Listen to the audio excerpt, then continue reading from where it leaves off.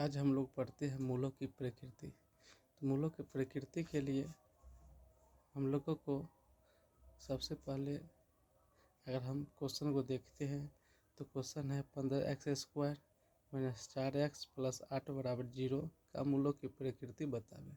तो मूलों की प्रकृति से ज्ञात करने से पहले हम लोग विवेचक का मान निकालेंगे। जैसे विवेचक जो होता है b² माइनस 4ac बराबर 4ac होता है सूत्र, ये विवेचक होता है। यहाँ पर सबसे पहले a, उसके बाद b, उसके बाद c का मान निकालने के लिए अगर हम लोग सीखते हैं तो a का मान, उसके बाद b का मान, उसके बाद c का मान। तो a का जो मान होता है, जो x² के पीछे जो भी संख्या अगर रहती है उसी को हम लोग क्या कहते हैं, a कहते हैं। यहाँ पर 15 है तो यहाँ पर a का मान हो गया 15। अगर b की बात करते हैं, जो x के पीछे कोई भी संख्या अगर रहती है उसको हम लोग b कहते हैं। जैसे यहाँ पर -4 है तो -4 हो गया। अगर हम बात करते हैं जो संख्या जिसमें x² या x² या x कुछ नहीं लगा रहता है तो वह क्या हो जाएगा, वह c का मान हो जाएगा। तो c का मान हो गया 8। उसके बाद अगर हम विवेचक पर बैठाते हैं तो b² माइनस 4ac बराबर 0। तो b का मान जो है सबसे पहले -4 का होल स्क्वायर, उसके बाद 4, a का मान जो है 15 है, और उसके बाद c का मान जो है 8 है। उसके बाद हम गुना करते हैं तो -4 गुना -4। उसके बाद अगर हम गुना करते हैं तो 15 चौके 60 है, 60 गुना 8 480 हुआ। ये माइनस माइनस को हटा देते हैं, 4 चौके कितना हुआ 16 माइनस 480। जो उसका घटाने को अगर 16 में से हम 480 को घटाते हैं तो यह हो जाएगा -464। तो अब देखो मूलों के प्रकृति के लिए कुछ शर्त होते हैं। मूलों की प्रकृति के लिए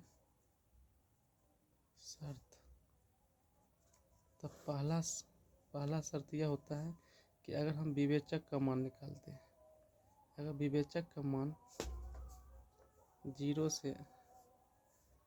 से अगर कम आता है, अगर b² minus 4ac less than 0, अगर 0 से अगर कोई भी अगर विवेचक का मान अगर हम लोग निकालते हैं तो विवेचक का मान अगर निकलता है 0 से छोटी संख्या अगर आएगा, तो छोटी संख्या अगर आएगा 0 से छोटी संख्या कब होगा, जब हम लोग अगर विवेचक निकालते हैं मान वह हमेशा माइनस में आएगा। अगर माइनस में आता है तो वह 0 से छोटी संख्या हो जाएगी।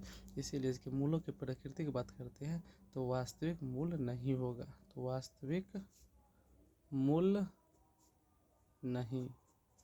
अगर विवेचक का मान निकालते हैं तो यहाँ पर अगर प्लस में अगर आंसर आता है तो वह हो जाएगा वास्तविक और असमान। वास्तविक और असमान। अगर विवेचक का मान निकालते हैं और निकालने के बाद जो है अगर मान लो यहाँ पर 0 आता है तो हो जाएगा वास्तविक और समान। तो यह 3 शर्त होती है मूलों की प्रकृति के लिए। शर्त पहला b² minus 4ac less than 0 बराबर वास्तविक मूल नहीं। अगर b² minus 4ac less than 0 तो वास्तविक और असमान।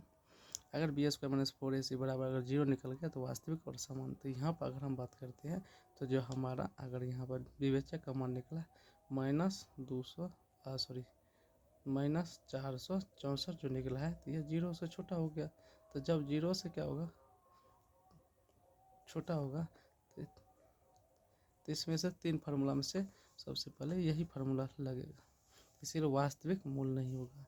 तो अगर मूलों की प्रकृति की बात करते हैं तो इनका आंसर हो जाएगा वास्तविक मूल नहीं। बस आंसर हो गया।